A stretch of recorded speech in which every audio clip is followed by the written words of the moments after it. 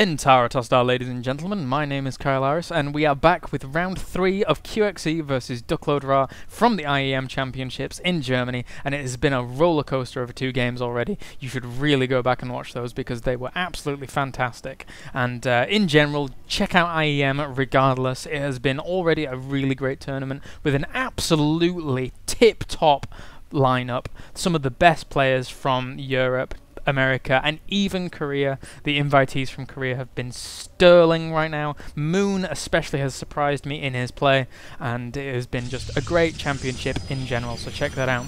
And also, if you live in Finland and you want to buy a baby albino pygmy hedgehog, please contact me because we have some for sale.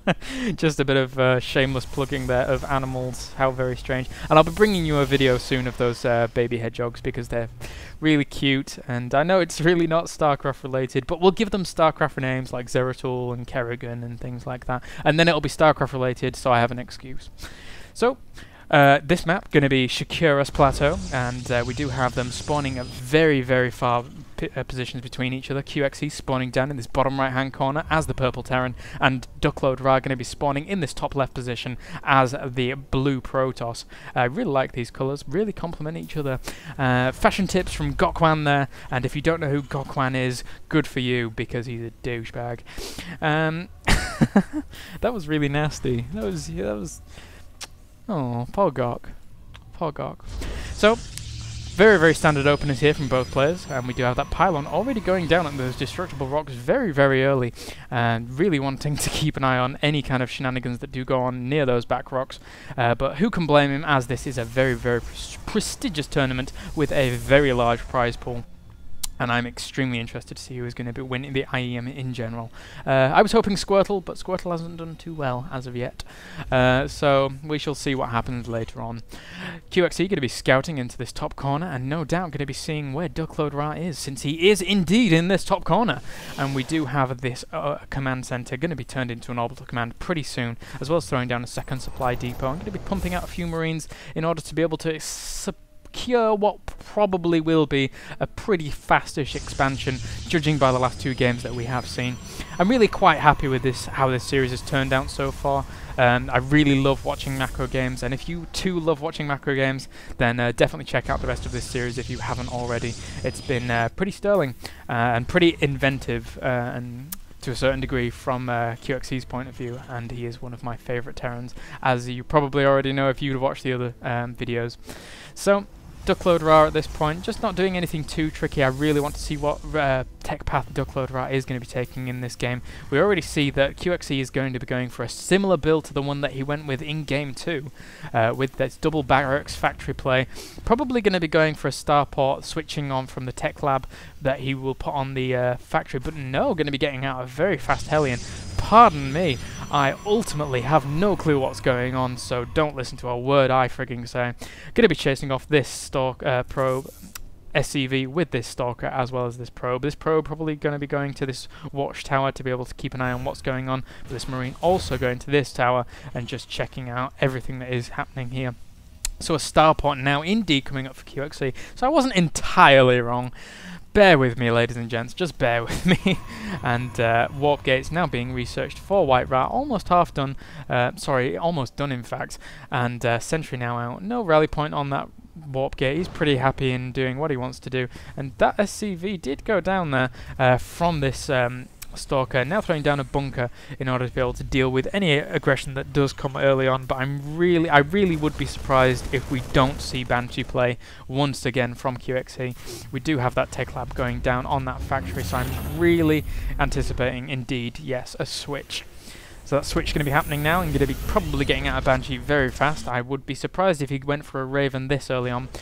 We do have the Nexus going down already for White Ra, but I imagine from this Banshee, indeed he is going for a Banshee, we will see a command center going down very soon, as that is what most Terrans like to do, using this factory as a wall off as well as an engineering bay. QXE a real big fan of really early engineering bays, and I don't blame him because upgrades are fantastic.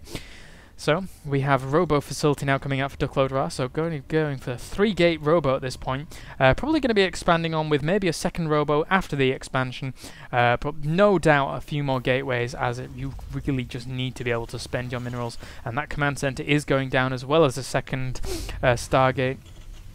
Starport even. Both names are exactly the same, just a little bit different. So not exactly the same, because I'm an idiot. And that Banshee has just finished, so going to be moving over as quickly as possible. No cloak coming out just yet for QXE, just be probably wanting to poke in with those units. Nice pylon placement here from DuckloadRa, going to be preemptively able to see anything that does come off in this area. But again, I really don't like the fact that the maps from Blizzard have this huge area where units can just hide, flyers especially, obviously. And it's really annoying for me as a Protoss player, because this happens so much with Mutalisks and drops and things like that. So we do have this observer moving over to QXE's base, going to be having a look around, probably going to be able to scout this quite easily, and another tech lab going down on this second starport, so going to be seeing what we can do with that. This Banshee though is going to be engaging this pylon, as probably was seen by this pylon, probably didn't take the longer route around, and this Banshee going to be shooed away by these two stalkers. So nice play there by DuckloadRa, preemptively noticing that the Banshee play could be a factor in this game, and throwing down 2 bunkers here in order to be able to secure this base. So we do have a Raven now coming out for QXE, and a Banshee here. There was another Banshee somewhere, but I don't... there we go. This Banshee is rendezvousing with this Banshee. Going to be trying to poke him, but these Stalkers are in a fine position in order to be able to deal with this. Although probably going to get a Stalker kill. No, nice microing back there. And oh my god, almost getting a different Stalker kill. But indeed, these Banshees are a bit too low, and he's going to need to retreat. We do have Cloak now on the way for these Banshees. So once again, probably going to be going for quite an air-based play. A nice bit of a transfer there. Bit of a huge transfer, actually. I'm not so sure he needed to transfer that many. But you know, to be able to get this saturated as quickly as possible, it's quite good. So we do have Blink now coming out for DuckloadRa, learning the lessons of last game really, as Blink was a little bit late in that second game, and going to be going for it quite quickly in this game in order to be able to deal with this, what seems to be quite a more dedicated starport build, and he has indeed seen that with the Observer. Maybe that Observer did actually get killed since that Raven did come out, but I'm not 100% sure. I wasn't keeping full tabs on that. Another Observer is now on the way over there for DuckloadRa. We do have +1 weapons for ground going up for DuckloadRa, as well as that Blink is almost finished. So now just chrono boosting out probes here, trying to get as saturated as possible. Nice scan going down there, going to be able to see that Twilight Council as well as the research going down. So probably going to be able to anticipate the fact that that is indeed Blink. Going to be trying to take out that Marine, but that Marine actually does a juke back and actually gets away unscathed. Taking a little bit of damage, but nothing permanent, as it probably could be healed up by a Medivac, but isn't going to be. So actually going to be using this probably to blink up. He could really blink up with this Observer here, giving him the high ground vision. I'm just going to be using it to have a poke around, not blinking up just yet, but would be really lethal if he did blink up, as the only fortification that QXE does have at this point is this front barricade. If these Stalkers could get past, then they could deal a lot of damage. Going to be blinking up into this top corner, indeed actually doing a lot of harassment to this mineral line here, shutting down all probes, all mining at this base. And really good use of this Blink here by DuckloadRa. He can't really approach with these Banshees, and oh my god, cloaking as if safe, but at the same time this Observer is going to be able to see these Banshees, but at the same time these Vikings can see that Observer. So really a catch-22 situation. Neither player can really do much against the other in those positions, because if he did lose that Observer, then the Banshees would have free reign over these Stalkers. And I'm getting a phone call, be right back. Sorry about that. I swear my girlfriend calls me about 24 times every day, and that would be quite apt considering the 24 hours in the day. So we do have QXE here, going to be throwing down that double refinery, going to be going for a very gas-heavy build by the looks of things, as is clear by this mass starport build. And once again, I'm so blown away by this mass starport build that it is just absolutely fantastic, and it's lovely to see some kind of creative play in this matchup, since mostly it always revolves around mech or bio. So yeah, this is just fantastic. Blinking in there, really nice blink there by DuckloadRa, though. Going to be taking out a few of those Banshees, although Banshees are so sturdy. 140 health on a Banshee is just so strong. Blinking in once again, going to be deterring those units from actually being there. But that pylon did indeed go down.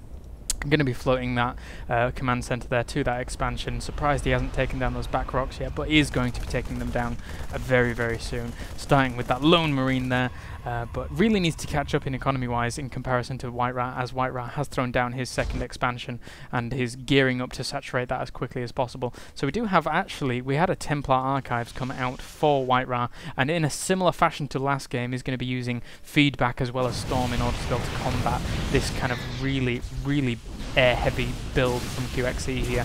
So we're going to be cloaking and using these observers in order to be able to see, but at the same time, point defense drone going down in order to be able to soak up all the damage from these stalkers and actually taking out both of those observers. So really nice play there by QXE, using the point defense drones and then using the detection of the ravens in order to be able to see. But yet another observer coming out here. QXE really didn't anticipate that, so he didn't take his raven with him in order to spot that observer, but taking the observer out once again, and now these stalkers are really vulnerable to these banshees as they really don't have any detection whatsoever.